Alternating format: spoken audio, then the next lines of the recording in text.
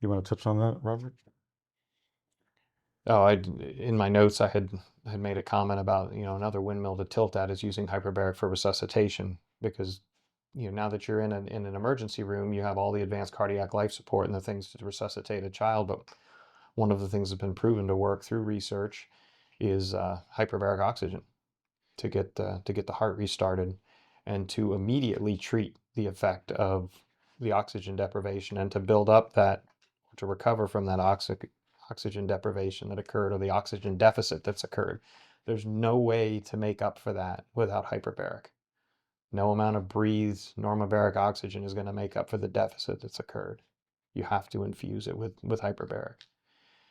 Absent that, though, if they won't use it for resuscitation, Robert, theoretically, our first opportunity was 10 days later when he was extubated, but I think they could be far more aggressive. And, if you have to put a nurse in the chamber with an ambu bag, it's not like he's going to suffocate. He's saturated in oxygen.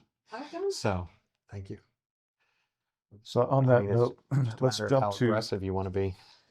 Yeah. So on that note, let's jump to what was Robert's condition when you finally got him to Dr. Harch?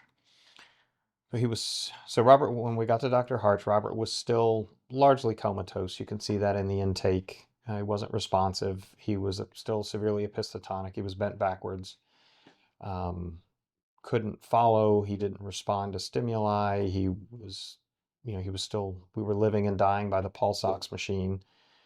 Yeah, he was a wreck. He was going downhill fast.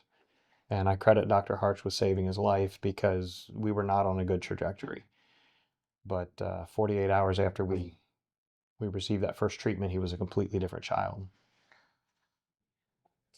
So going to Dr. Harch, was this your first case, Robert's case, or No. And what were your thoughts when you saw Robert and knowing the backstory leading up to all that? Well, another child, surviving cardiac arrest from drowning in a severely debilitated state where we can't predict how much of his brain is injured, not functioning, and recoverable, and how much is permanently damaged.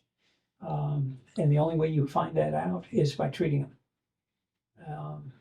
And so started with what I have found is effective, which is a far lower dose at this point than what is traditionally used in hyperbaric medicine.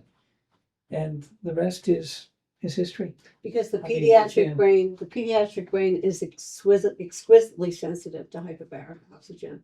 So no one in the world knows how to dose it like Dr. Harch. He's treated more near-drowning babies than any other doctor in the world. So what happened though was he responded dramatically, like some of the other children.